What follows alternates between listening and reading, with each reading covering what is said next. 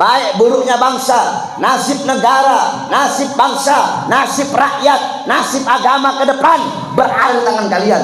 Kalau anak-anak mudanya baik, taat, patuh, tunduk kepada Allah, kenal Rasulullah, anak-anak mudanya mengenal Allah, hadir majelis taklim, cinta ulama, cinta kiai, cinta habaib, ngaji, ngerti agama, besok bangsa kita bakal baik, negara bakal dipegang oleh orang-orang yang baik, pejabat jadi pejabat yang baik, aparat jadi aparat yang baik, dan agama akan dipegang oleh orang-orang yang. Tapi kalau anak-anak mudanya rusak, anak-anak mudanya bejat, anak-anak mudanya melacur, narkoba, mabok-mabokan, buta Islam, buta iman, buta Quran, anak-anak mudanya menjadikan orang-orang barat, orang-orang kafir sebagai idolanya, melepas pakaian Nabi dan lebih memilih pakaian orang-orang barat, pakaian orang-orang kafir. Jikalau anak-anak mudanya seperti ini rusak, maka ke depan besok bangsa kita bakal rusak. Kalian anak-anak muda Minang, anak-anak muda suku Minang, saya wasiatkan, jadilah kalian anak-anak muda yang berjiwa baja, yang bermental baja, anak-anak muda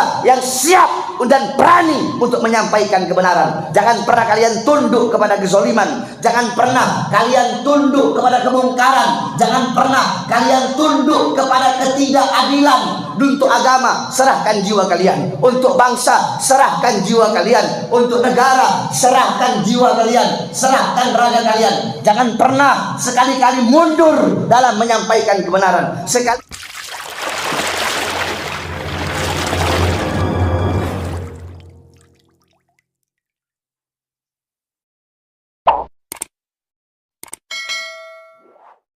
Jangan meremehkan, jangan pandang sebelah mata.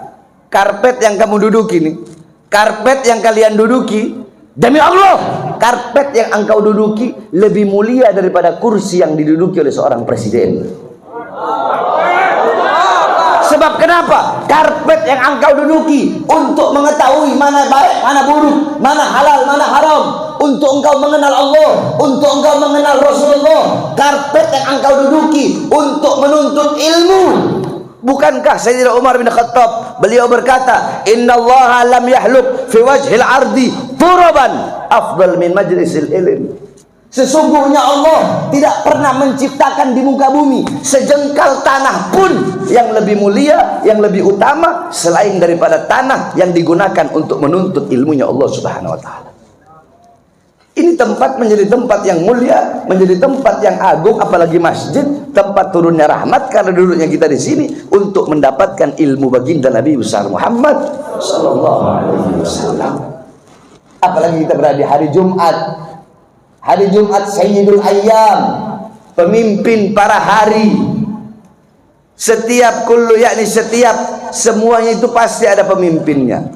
Sayyidatul Laila, pemimpin malam. Apa pemimpinnya malam? Malam Jumat. Apa Sayyidul Ayyam, pemimpin hari? Pemimpinnya hari adalah hari Jumat. Apa pemimpinnya bulan? Pemimpinnya bulan adalah Ramadan. Apa pemimpinnya ibadah? Pemimpinnya ibadah adalah sholat. Dari seluruh hari, pemimpinnya adalah hari Jumat. Akan tetapi Al-Imam Ali bin Abi Thalib radhiyallahu anhu, beliau berkata, jikalau kalian bertanya kepada semua ulama dari ujung barat sampai ujung timur, hari apa yang paling mulia, maka semua ulama itu akan menjawab, hari yang paling mulia adalah hari Jumat. Coba bapak-bapak, ibu-ibu yang bapak-bapak tahu hari yang paling mulia hari apa? Jumat kan? Kenapa? Sebab pada hari Jumat Nabi Allah Adam diciptakan. Pada hari Jumat Nabi Adam Allah turunkan di bumi, tepatnya di India, di bawah kaki gunung Himalaya. Siti Hawa di Jeddah Allah turunkan, iblis di Basra Allah turunkan. Jumat Allah ciptakan Nabi Allah Adam, Jumat Allah ciptakan langit, Jumat Allah ciptakan bumi.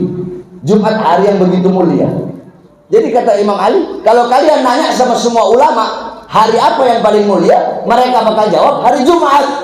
Tapi kalau kalian bertanya kepada Ali bin Abi Thalib, hari apa yang paling mulia, Ali bin Abi Thalib akan menjawab, hari yang paling mulia adalah hari yang dimana pada hari tersebut engkau mati dalam keadaan husnul khotimah.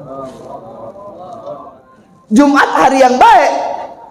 Tapi kalau engkau bermaksiat, berbuat dosa, kemudian engkau mati, walaupun harinya baik, Tetapi walaupun hari-hari yang lain, tapi kalau di hari itu kau mati dalam keadaan husnul khatimah, hari itu akan menjadi hari yang terbaik, terbagus di dalam engkau punya hidup.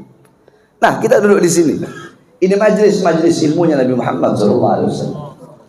Qala Rasul sallallahu alaihi wasallam, ya Ibn Mas'ud, julusuka sa'atan fi majlisil ilm la tamassu qalaman wa la taktubu harfan khairul laka min idki alfi raqabah. Ibn Mas'ud pernah diberi wasiat oleh Rasulullah. Apa kata Rasulullah?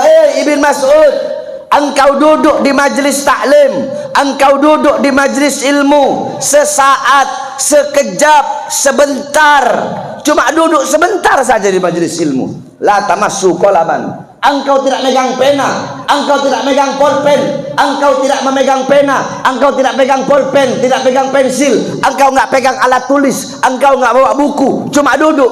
Wala taktubu harfan, engkau tidak menulis walaupun satu huruf. Kayak bapak-bapak ini, cuma duduk saja, nggak bawa bolpen. Kalau santri kan biasanya kita orang santri kalau setiap dengar ceramah atau ngaji kan kita bawa bolpen. Apapun disampaikan sama guru kita catat. Sebab kata Rasulullah, ikata ilmu dengan tulisan. Tapi kayaknya di sini orang yang pinter-pinter semua kayaknya, langsung masuk kayaknya. Makanya nggak bawa bolpen, makanya nggak bawa nyatat. Cuma duduk di majelis ilmu, nggak bawa bolpen, nggak bawa pena, nggak nulis, duduk saja. Itu pun cuma sesaat. Lebih utama, lebih baik, lebih bagus daripada memerdekakan 1000 orang budak. Saudara-saudara, siapa orang yang memerdekakan 1 orang budak, kelak di akhirat jawareh, anggota tubuhnya akan merdeka dari api neraka. Itu 1 orang budak. Bagaimana kalau 1000 orang budak? Nah, sedangkan duduk di sini cuma sesaat, lebih mulia, lebih utama daripada memerdekakan 1000 orang budak. Bahkan dalam asar diceritakan, bapak-bapak, diceritakan ada 1 orang duduk di majelis ilmu. Dia duduk di majelis ilmu, tapi niatnya dia bukan ngaji, niatnya dia bukan untuk cari ilmu, niatnya dia cuma duduk di situ karena pengen menunggu orang yang dimana orang yang ada di situ punya utang sama dia. Contoh, ini ustadz ini, ya, dia punya utang sama ini, sama ustadz ini punya utang sama ini. Nah, ustadz yang ini duduk di majelis ilmu. Nah, yang ini dia duduk bukan niat nuntut ilmu, niat nanti kelar majelis mau nagih utang. Paham? Nah, akhirnya Allah Subhanahu wa taala berkata kepada malaikat, "Wahai malaikat, coba kau lihat hamba tersebut. Telah aku ampuni seluruh dosa-dosanya." Malaikat bilang, "Ya Allah, kenapa kau ampuni dosanya? Bukankah dia duduk di situ niatnya bukan ngumpul sama ulama, niatnya bukan baca Quran, niatnya bukan zikir, niatnya dia bukan untuk ibadah, niatnya dia kan karena dia mau nagih utang." Akan tetapi ketika, apa kata Allah, ketika hamba-hamba yang duduk bersamanya aku ampuni, maka yang duduk bersama hamba-hamba yang aku ampuni pun akan mendapatkan ampunan dariku. Bayangkan duduk di majelis ilmu mau nagih utang, ikut kecipratan berkahnya. Bagaimana kalau dengan niat yang tulus, niat yang baik, tujuan yang bagus untuk benar-benar menuntut ilmunya Allah Subhanahu wa taala. Jadi jangan pernah meremehkan majelis-majelis ilmu, majelis-majelis taklim seperti ini, majelis-majelis yang luar biasa. Kita duduk di sini berkumpul bersama para ulama, berkumpul bersama para kiai, berkumpul bersama orang berilmu. Saudara-saudara, apa kata Rasulullah? Man zara aliman faka'annama zarani. Siapa orang yang mendatangi ulama, berkunjung kepada ulama, baik yang masih hidup atau yang telah wafat, datang kepada ulama, maka seakan-akan dia datang kepadaku. Berkunjung kepada ulama sama seperti berkunjung kepada Rasulullah. Kenapa? Karena para ulama adalah pewaris Nabi Muhammad, penyambung lidah Nabi Muhammad. Nah, kalian bisa berkumpul dengan ulama di mana? Di majelis ilmu. Datang kepada ulama sama seperti datang kepada Rasulullah. Terus apa lagi kata Rasulullah? Man safa aliman faka'annama safahani. Barang siapa yang mencium tangan ulama, sama seperti dia mencium tanganku, kata Rasulullah. Saudara-saudara, ada satu cerita yang jarang kalian dengar, bahkan mungkin kalian nggak pernah dengar ini cerita tentang cium tangan. Di India ada namanya Habib Muhammad Maula Danggal Al-Attas. Beliau seorang wali majdzub. Majdzub itu suka melakukan hal-hal yang di luar akal. Kalau orang awam ngiranya gila, padahal beliau orang yang dekat dengan Allah. Nggak pernah pakai baju, tidurnya di pohon, di hutan. Tapi setiap hari orang-orang Hindu selalu datang. Untuk apa? Untuk minta doa. Orang Hindu datang minta doa sama Habib. Akhirnya minta doa, yang nggak punya anak dapat anak, yang rezekinya sempit jadi rezeki lebar.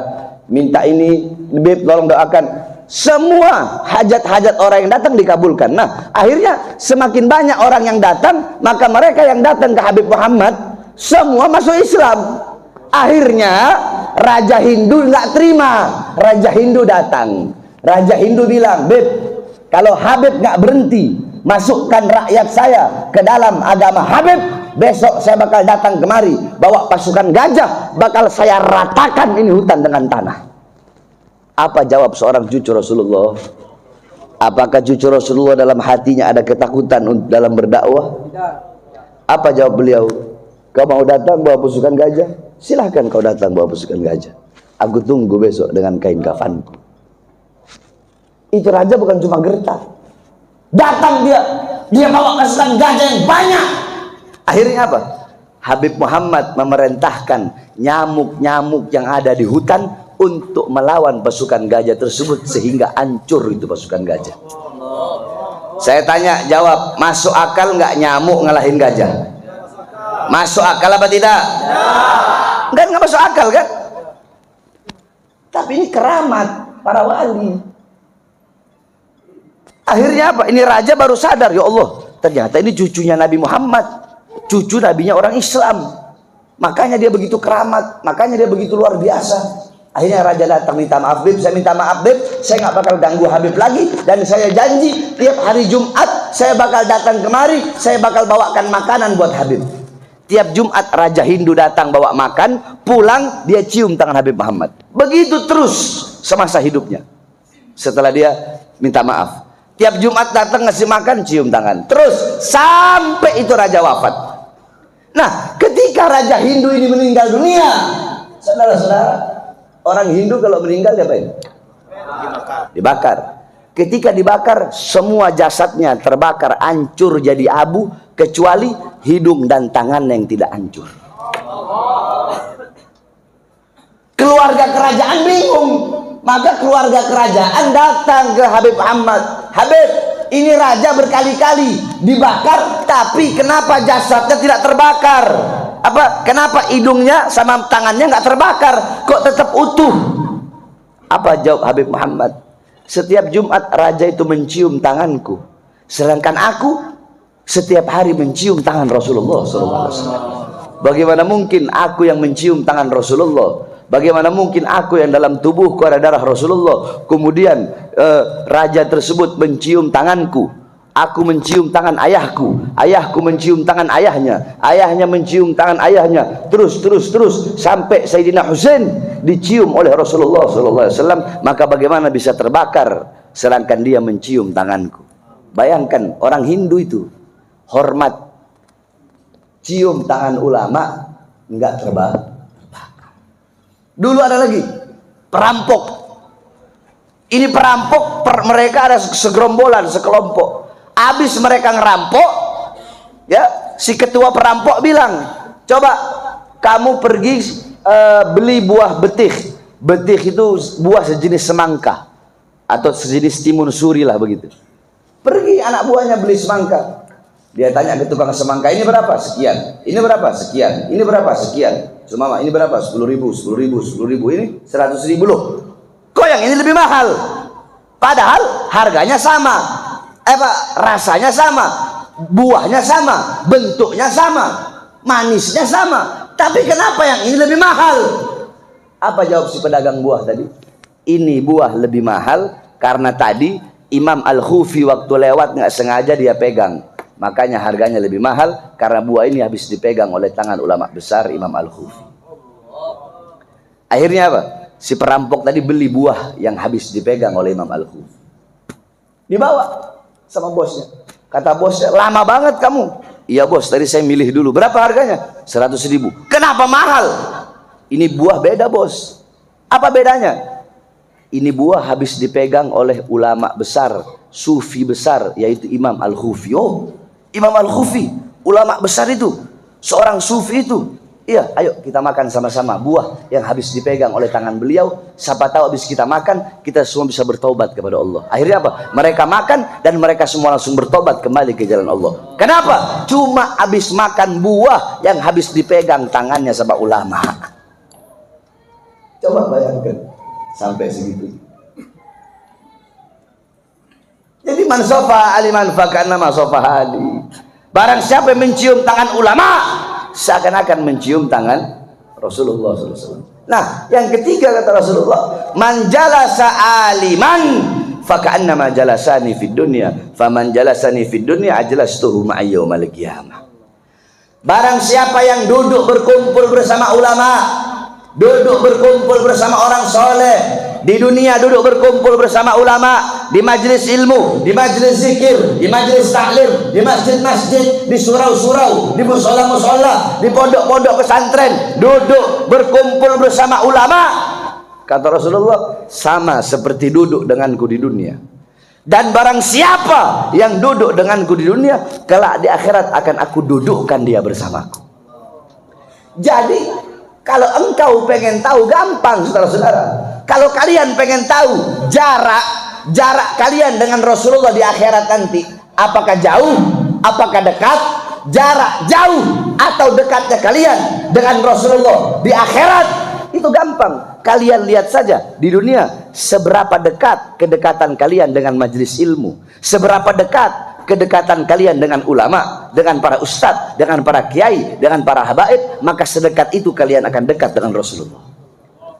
Dan seberapa jauh kalau kalian di dunia dekat dengan masjid, dekat dengan musola, dekat dengan Quran, dekat dengan majelis ilmu, majelis taklim, majelis zikir, dengan ulama, dengan ustadz, dengan kiai, dengan habaib, dipastikan di akhirat dekat dengan Nabi Muhammad.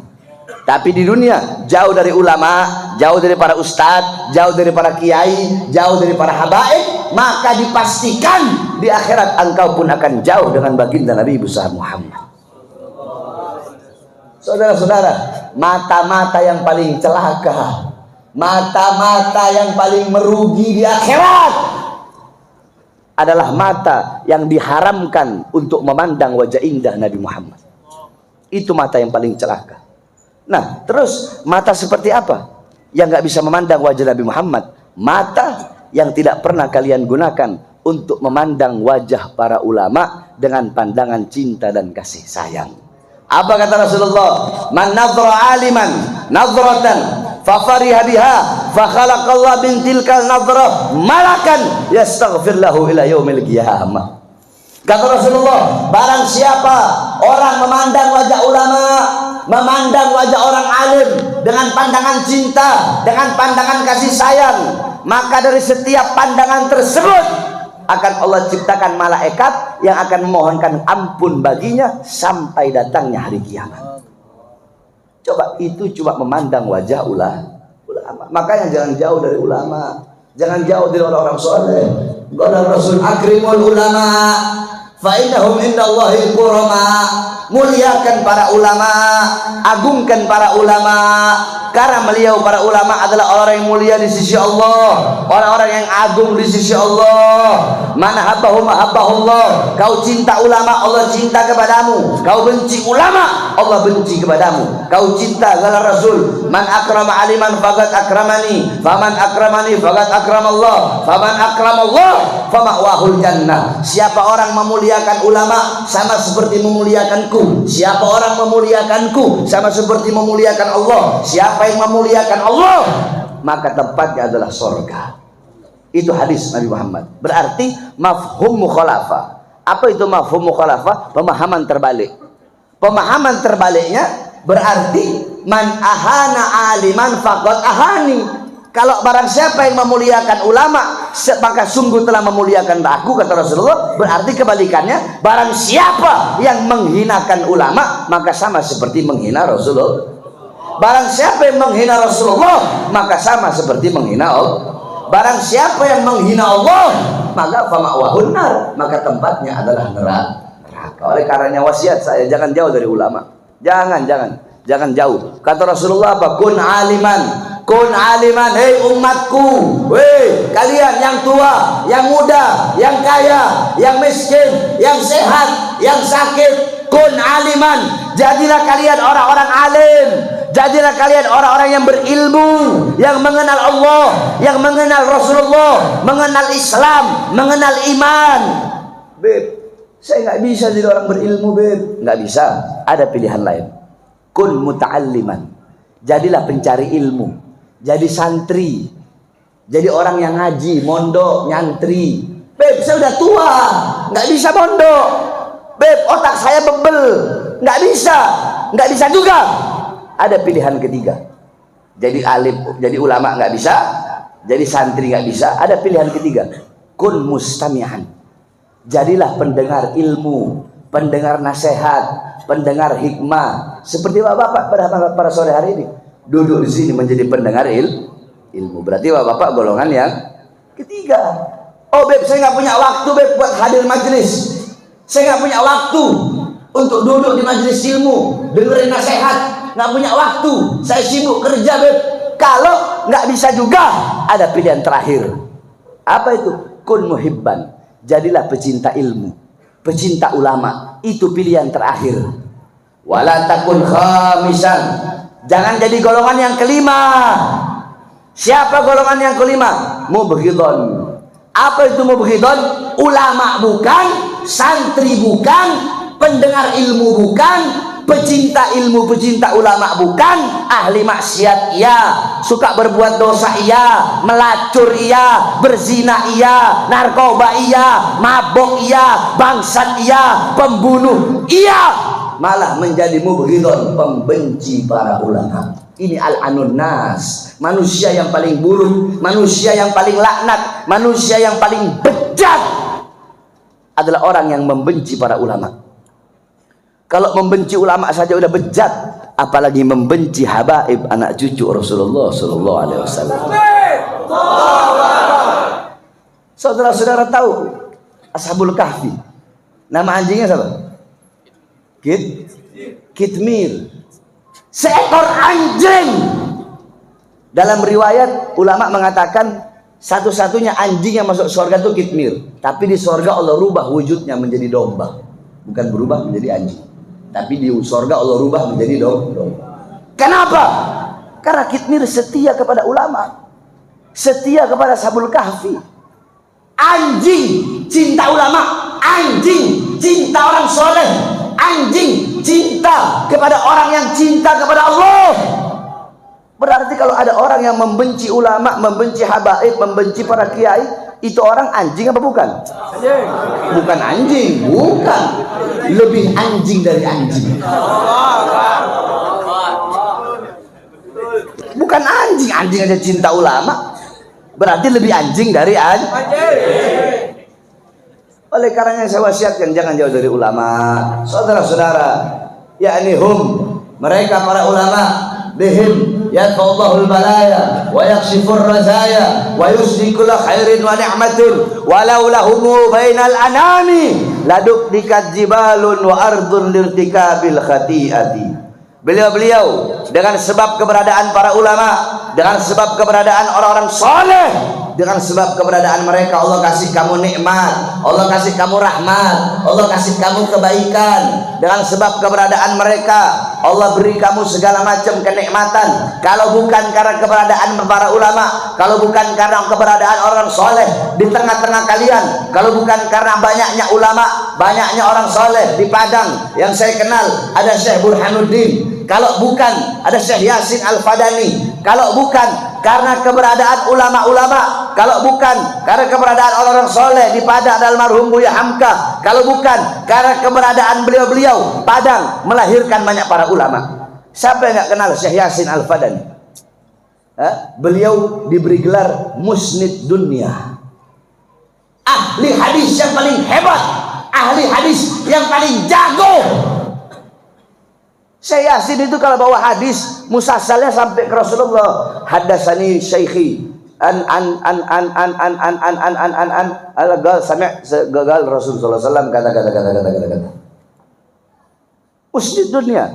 Dari mana beliau berasal? Dari Padang. Pertanyaannya, apakah ada anak-anak beliau yang menggantikan beliau? Nggak ada.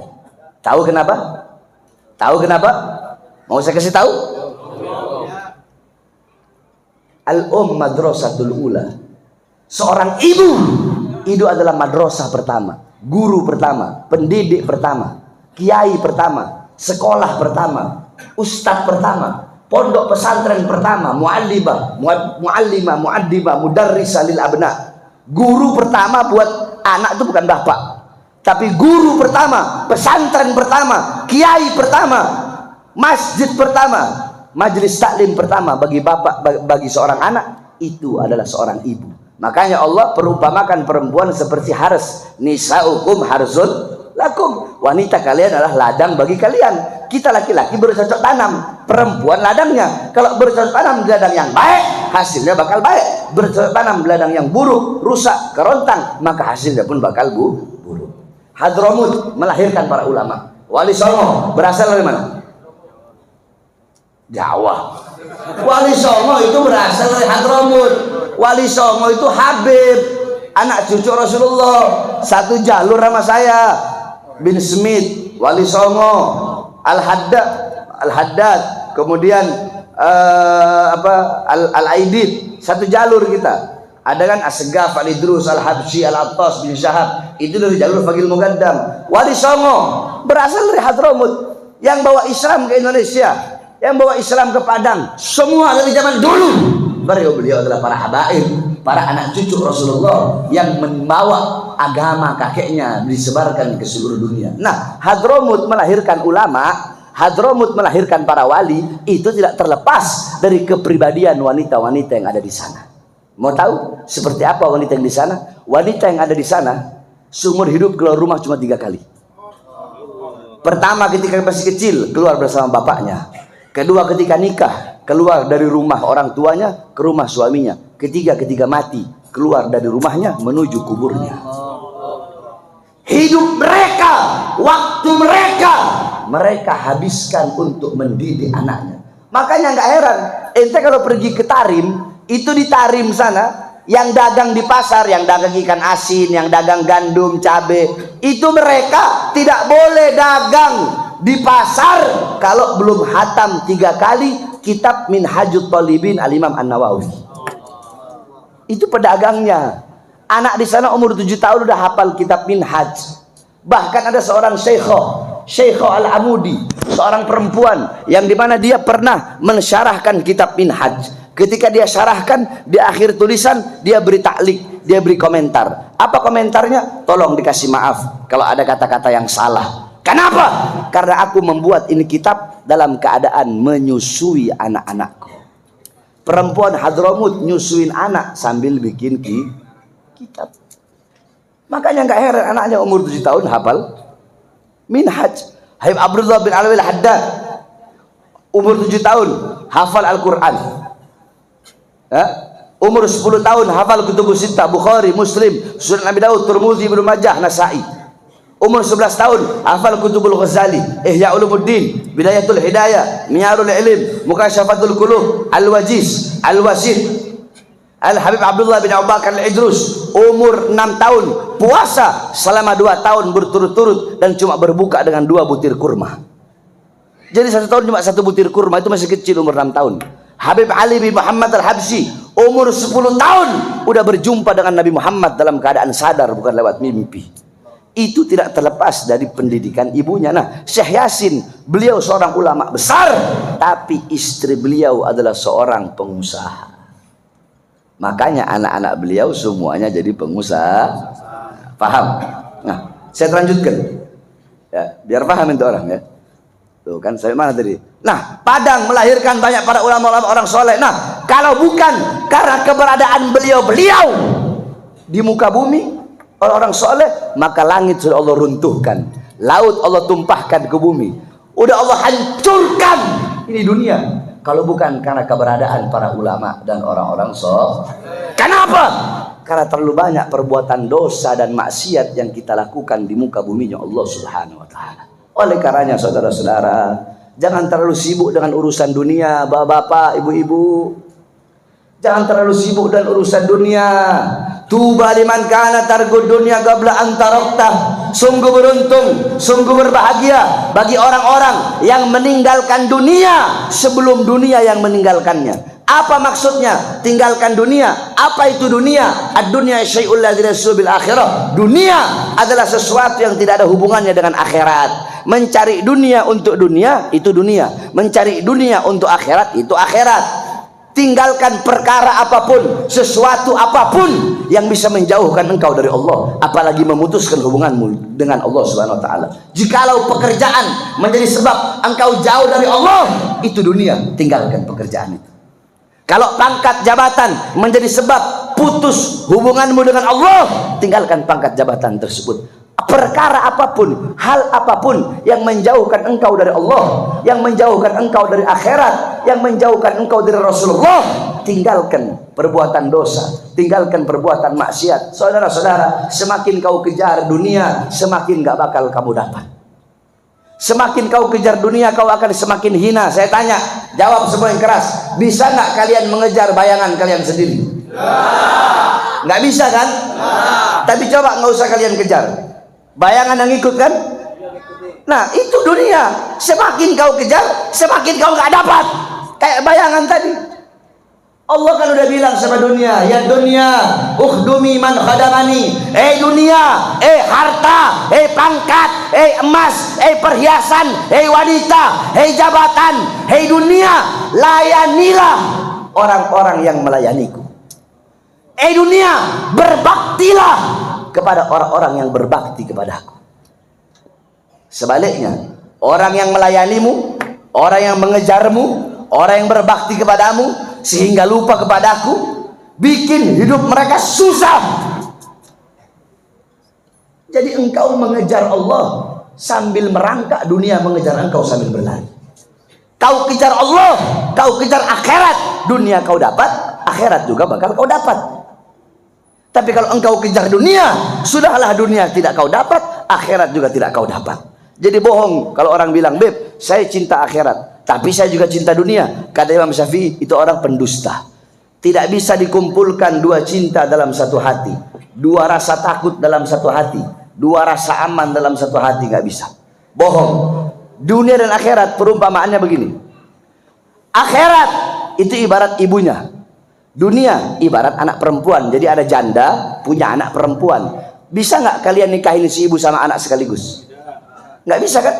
Kalau mau nikah harus pilih salah satu. Mau menikahi anaknya atau menikahi ibunya? Kalau engkau menikahi ibunya, otomatis meninggalkan anaknya. Kalau kamu menikahi anaknya, otomatis meninggalkan ibunya. Maksudnya apa? Anaknya adalah dunia. Kalau engkau lebih memilih kesenangan dunia, kemakmuran dunia, kejayaan dunia, yang dimana kesenangan, kejayaan, kemakmuran dunia itu membuat engkau lupa kepada Allah, membuat engkau jauh dari Allah, membuat engkau berbuat dosa, berbuat maksiat, engkau tidak bisa merasakan kesenangan yang abadi, yaitu ibunya.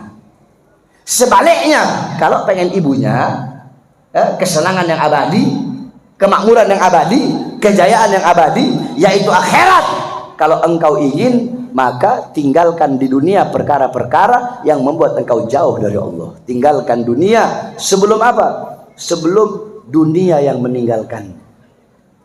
Apa maksudnya? Mati. Saudara-saudara, kullu nafsin dha'iqatul maut, kullu man 'alaiha fan, kullu syai'in khali'un illa wajha.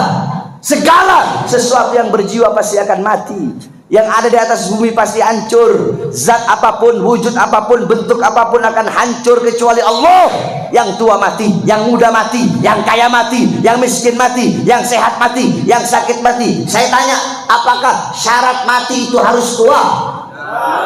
Apakah syarat mati itu harus sakit?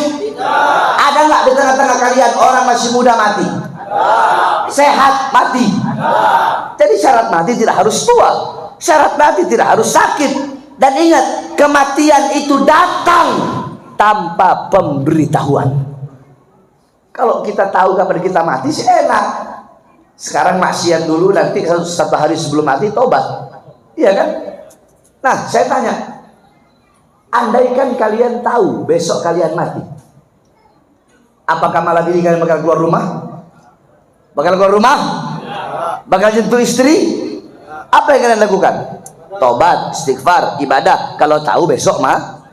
Nah, terus apa yang bisa menjamin kalau engkau masih hidup sampai besok? Ada yang bisa jamin? Ada yang bisa jamin? Maka beribadahlah engkau, taatlah engkau, sholatlah engkau, seakan-akan engkau akan mati besok.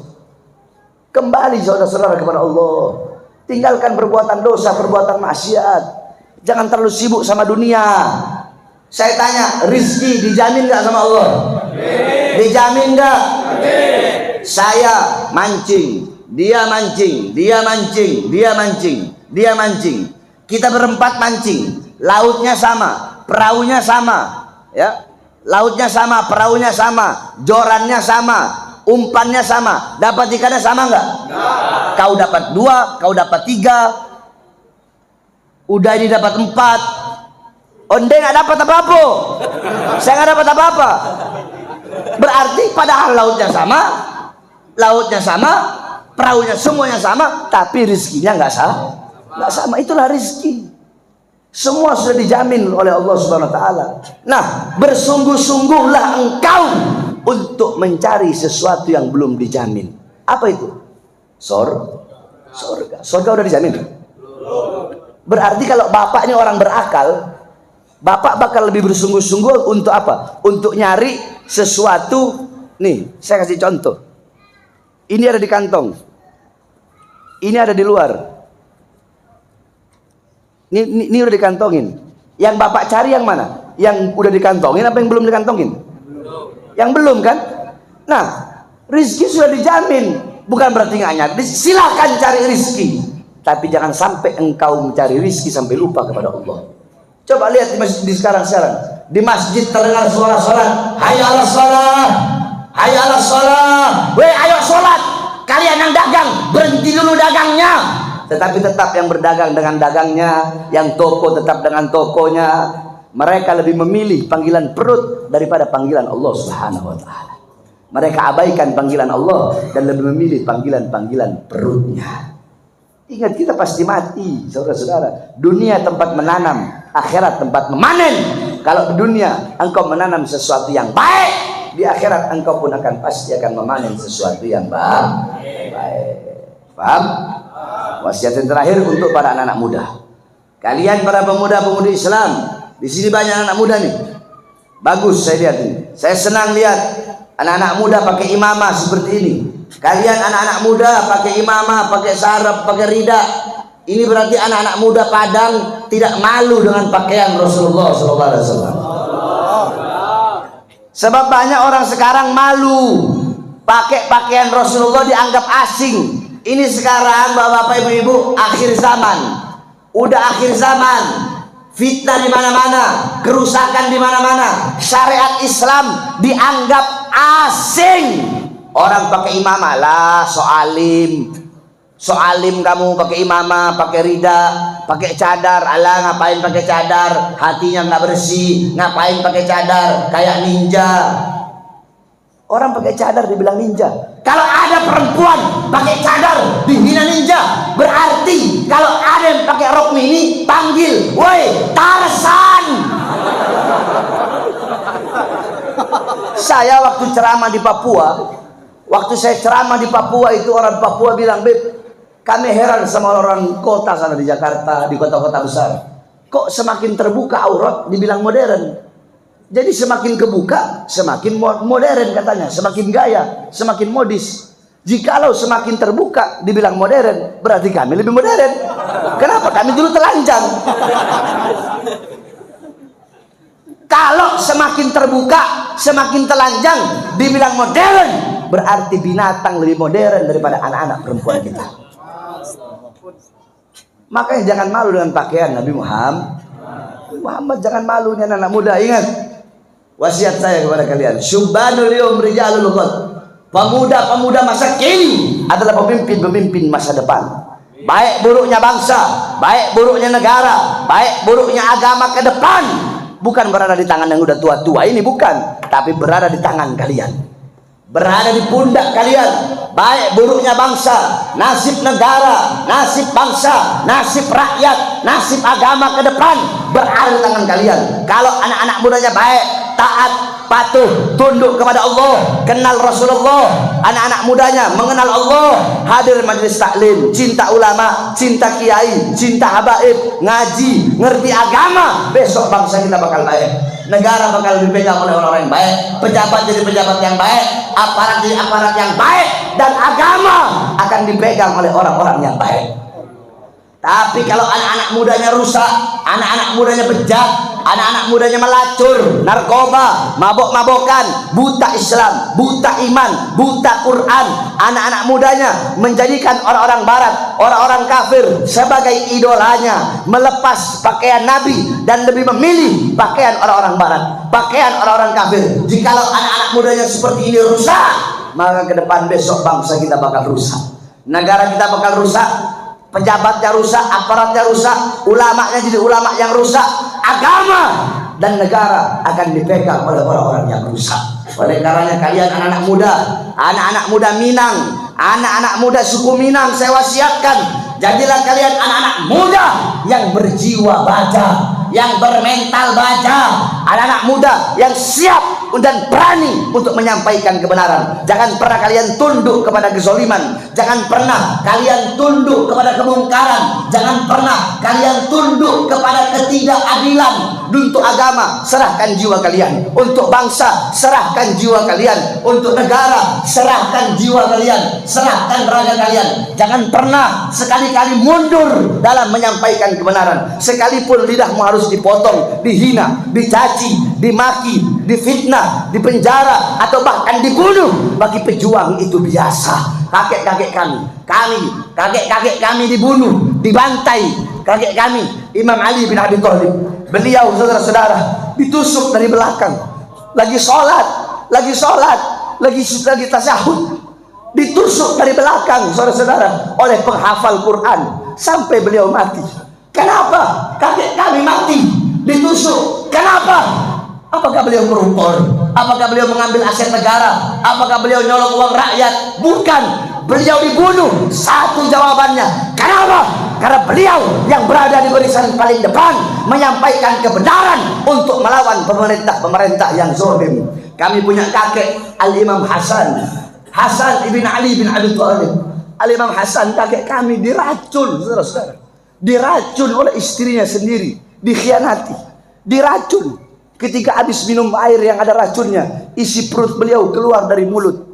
Kenapa beliau mati diracun? Kenapa? Karena beliau yang berada di barisan paling depan menyampaikan kebenaran, menegakkan keadilan, membela bangsa, membela rakyat, menegakkan agama datuknya, menegakkan keadilan, melawan pemerintah yang zalim. Kakek kami Sayyidina Husain radhiyallahu anhu dipenggal kepalanya, saudara-saudara. Dipenggal, ditaruh di tombak.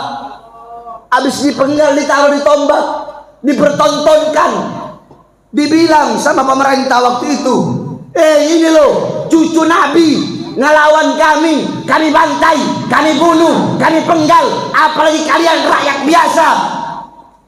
Cucu-cucu Rasulullah yang perempuan, tangan yang tidak pernah lepas dari wudhu, tangan suci yang mengalir darah Rasulullah, diborgol saudara-saudara, ditawan. Anak kecil Al-Imam Muhammad Al-Bagir dimasukkan ke dalam penjara. Imam Ali Zainal Abidin As-Sajjad, para anak cucu Rasulullah diracun sampai mati, diasingkan, di penjara, dari penjara ke penjara lainnya. Kenapa beliau-beliau mati? Beliau-beliau di penjara karena beliau-beliau tidak pernah tunduk kepada kezaliman, tidak pernah tunduk kepada kemungkaran. Nah, darah beliau yang berada di dalam tubuh saya, berada dalam tubuh kami, berada dalam tubuh Habib Rizik, dalam tubuh kami para habaib, mengalir darah keberanian, mengalir darah para pejuang. Coba kau lihat Habib Rizik, seorang cucu Rasulullah, bagaimana pengorbanan beliau untuk agama, untuk bangsa. Kalian, apa yang telah kalian korbankan? Apa yang telah kalian perjuangkan? Habib Rizik 6 laskarnya wafat, dibunuh, dibantai, disiksa. 6 pengawalnya dibunuh, saudara-saudara. Mobilnya ditembak, organisasinya dibubarkan, saudara-saudara. Di penjara dalam keadaan tua, saudara-saudara. Saya udah berkali-kali masuk penjara. 2009 saya masuk penjara, 2010 saya masuk penjara, 2011 saya masuk penjara, 2012 saya masuk penjara, 2018 saya masuk penjara, baru keluar 2020, baru bebas 2 hari udah masuk, dibawa ke Nusa Kambangan, saudara-saudara. Sampai 2021 saya bebas, belum sempat 1 bulan sudah masuk penjara lagi. Baru bebas sekitar 4 bulan yang lalu saya. Kenapa kami keluar masuk penjara? Saya tanya, apakah kami adalah seorang penjahat? Apakah kami bandar narkoba? Apakah kami pembunuh seperti Sambo? Apakah kami pembunuh? Apakah kami penjahat kelas kakap? Apakah kami koruptor? Maling? Apakah kami ngambil uang rakyat? Nyolong uang rakyat? Merugikan rakyat? Menjual aset-aset negara? Tangan saya diborgol di Nusa Kambangan. Cuma tangan? Tidak. Dari borgol tangan nyambung ke borgol perut, perut dirantai, kaki dirantai. Saya dibikin seperti penjahat besar. Padahal karena isi ceramah saya waktu itu yang membela rakyat, saudara-saudara. Isi ceramah saya, apa isi ceramah saya? Yang menyebabkan saya dibawa ke Nusa Kambangan. Sampai-sampai diborgol tangan, perut, dan kaki saya. Saya bilang apa? Saya bilang, hei pejabat, waktu itu lagi musim-musim awal corona. Saya bilang, hei para pemerintah, rakyat kalian kurung dalam rumah, nggak kalian kasih makan, nggak kalian kasih sembako. Kalian mau bikin mati rakyat, atau mau bikin susah rakyat, atau mau menghidupkan rakyat? Kalau kalian mau kurung rakyat dalam rumah, PSBB nggak boleh keluar, kasih mereka kebutuhan pokok. Hei pejabat, hei pemerintah, di masa PSBB, mal-mal milik asing, perusahaan-perusahaan milik asing tetap buka. Tetapi kenapa toko-toko milik pribumi, warung-warung kecil milik rakyat kalian paksa untuk tutup? Hei pejabat, hei aparat, di masa corona berapa banyak pengangguran anak-anak muda Indonesia yang nganggur, nggak punya kerjaan, kelaparan. Tapi kenapa tenaga kerja terus kalian kirim dari Cina, kalian kirim dari asing? Itu ceramah saya yang katanya ceramah memprovokasi. Itu ceramah katanya meresahkan. Saya tanya, dalam ceramah itu meresahkan apa tidak? Ya. Siapa yang saya bela, rakyat atau bukan? Ya. Dalam ceramah saya barusan itu yang tadi, itu yang menyebabkan saya dibawa Nusa Kambangan. Siapa yang saya bela? Ya. Siapa yang saya bela? Ya. Siapa yang saya bela? Ya. Yang saya bela rakyat yang susah, rakyat yang kelaparan, rakyat yang menderita, rakyat yang ditipu. Makanya saya, Bahar bin Smith, bersumpah demi Allah, demi bangsa, demi agama, demi negara, demi rakyat, jangankan hanya di penjara, nyawa saya, jiwa saya, darah saya murah harganya, tumpah untuk bangsa dan rakyat Indonesia. Saya tanya masyarakat Minang, pemuda-pemudi Minang, semuanya siap serahkan jiwa untuk Islam, siap bela agama, siap hancur demi agama, siap mati demi merah putih, siap binasa demi Indonesia. Allahu Akbar, Allahu Akbar, Allahu Akbar. Sampaikan kepada para pengkhianat bangsa. Ibu-ibu, bapak-bapak, saya tanya, pejabat sekarang butuh sama rakyat kalau ada maunya doang, betul? Betul. Iya kan? Betul. Kalau ada maunya butuh kan? Betul. Datang kan? Ya. Saya berjanji memakmurkan rakyat, mensejahterakan rakyat. Tapi setelah jadi, yang makmur bukan rakyat, yang sejahtera bukan rakyat.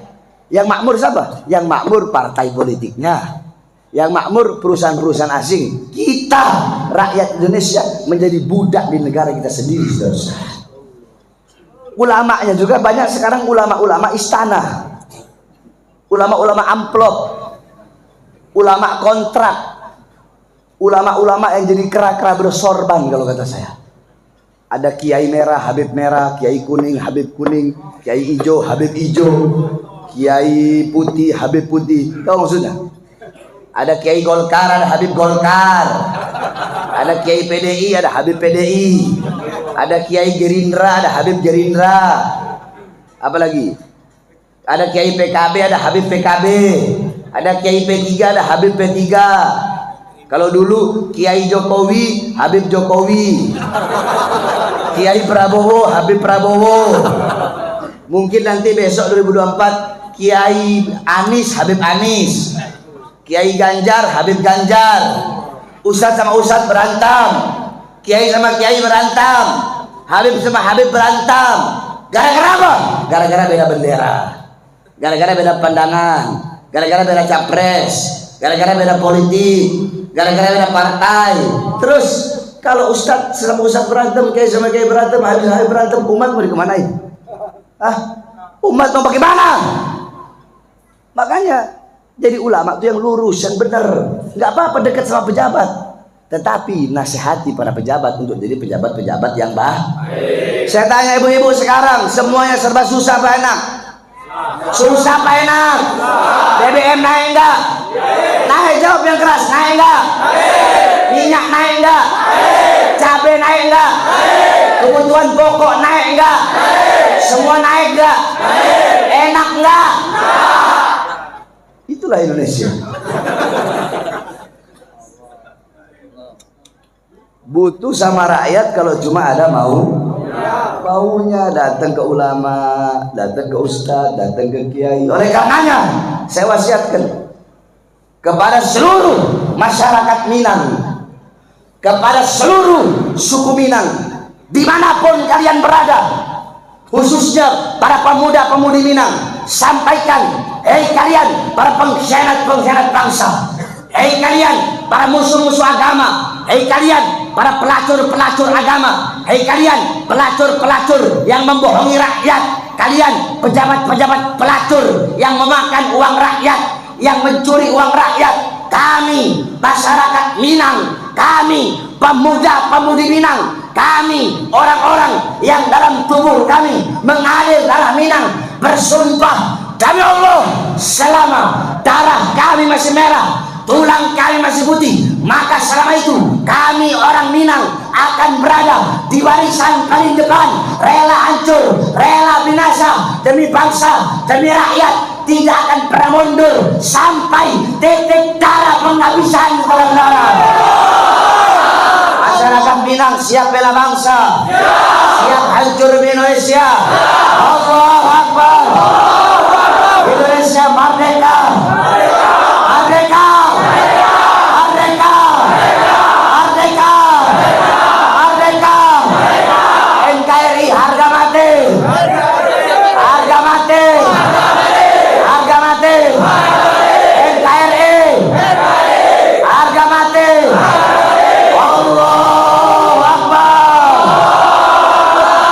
Allahu Akbar. Mudah-mudahan Allah jadikan pejabat-pejabat yang baik. Amin. Pejabat yang amanah. Amin. Negara kita makmur. Amin. Sentosa. Amin. Sejahtera. Amin. Damai. Amin. Dunia akhirat. Amin. Terakhir, ini kan bulan Rajab, ada kejadian Isra Mi'raj. Saya nggak mau bahas Isra Mi'raj, saya cuma mau ngasih referensi atau maroji. Ya, bahwa Pak baca kitab-kitab yang saya sebut tadi, insya Allah saudara-saudara akan mendapatkan pemahaman yang luas, pemahaman yang bagus tentang Isra Mi'raj. Baca kitab-kitab yang saya kasih tahu. Kalau bisa rekam. Pertama, kitab As-Siraj Al-Wahhaj fi Haqaiqil Mi'raj, karangan Imam Abu Ishaq Muhammad ibn Ibrahim An-Nu'mani Asy-Syafi'i.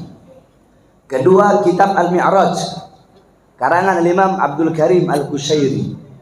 Ketiga, kitab Ar-Risalah fil Mi'raj, karangan Imam Abu Hasan Ali bin Muhammad Al-Lakhmi. Kemudian kitab Ayatul Kubra fi Syarah Qissatul Isra, karangan Al-Imam As-Suyuti. Kemudian kitab An-Nurul Wahhaj, karangan Al-Imam Imam Ali Zain Abidin bin Muhammad Al-Hadi Al-Barzanji. Kemudian kemudian selanjutnya kitab disyarahkan oleh cucunya, diberi nama Tajul Ibtihaj ala Nuril Wahaj, karangan Imam Ja'far bin Ismail Al-Barzanji. Kemudian kitab Qissatul Mi'raj, karangan Imam Sayyid Usman Syata ibn Muhammad Syata. Kemudian kitab Al-Mi'raj, karangan Al-Imam Fakhruddin. Kemudian ada lagi kitab Daw'us Siraj fi Fadli Rajab wa Qissatul Mi'raj, karangan Al-Imam As-Sami. Kemudian ada lagi kitab namanya Afdalul Manhaj fi Isbat Isra wal Mi'raj, karangan Syekh Abdullah. Kemudian ada lagi kitab Hulal Ad-Dibaj Al-Matruzah fi Qisas Isra wal Mi'raj. Kemudian kitab Al-Anwar Al-Bahiyah fi Mi'raj Khairil Bariyah, karangan Abuya Sayyid Muhammad ibn Ali Al-Malik Al-Hasani. Kemudian ada lagi kitab Mukhtasar Minhajus Syami, Mukhtasar Mi'rajus Syami. Kemudian ada lagi kitab Nailul Munah wal Ghaya As-Saul fi Qissah Mi'raj Mukhtar Rasul, karangan Imam Muhammad bin Ja'far Al-Qattani. Kemudian kitab Qissatul Mi'raj, karangan Imam Najmuddin Al-Ghaiti. Kemudian Hasyiah Ad-Dardir, karangan Imam Ahmad Abil Barakat Ad-Dardir. Masih banyak lagi. Ya, baca itu, insya Allah itu orang dapat pemahaman kejadian Isra Mi'raj yang jelas. Insya Allah semuanya mendapatkan berkah di bulan Rajab ini. Amin. Sebelum saya tutup, saudara-saudara, terakhir, saya lagi bangun pondok pesantren, dan pondok pesantren saya gratis. 1 tahun itu udah bisa baca kitab kuning. 1 tahun udah bisa baca kitab kuning.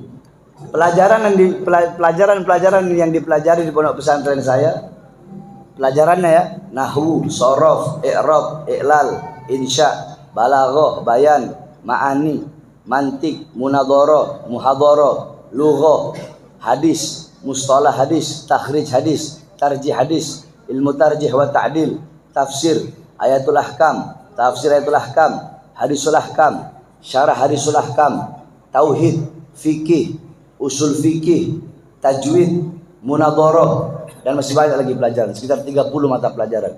Semua santrinya gratis. Nah, saya sedang bangun pondok pesantren dan saya haram jada terima bantuan dari pemerintah. Loh, kok bisa, Beb? Bukan berarti kalau ada pondok yang terima bantuan atau masjid yang terima bantuan dari pemerintah salah, nggak apa-apa, silahkan terima. Cuma saya ikhtiyat, tahu ikhtiyat? Berhati-hati.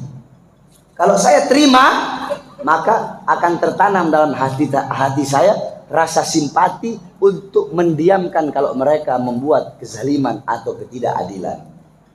Beb, tuh si bupati, beb, tuh si wali kota, beb, tuh si menteri, beb, tuh si presiden berbuat salah begini-begini. Kenapa nggak ditegur? Nggak enak saya menegur. Kemarin saya habis dikasih Fortuner, bisa kasih amplop, atau habis dikasih semen. Makanya untuk menjaga itu, ya, saya harapkan kepada hadirin untuk menyisihkan hartanya demi pembangunan pondok pesantren kami. Ya. Tidak ada harta yang bisa menyelamatkanmu dalam kubur kecuali harta yang keluarkan di jalan Allah Subhanahu wa Ta'ala. Hari ini kau keluarkan 100.000, besok Allah ganti 1 juta.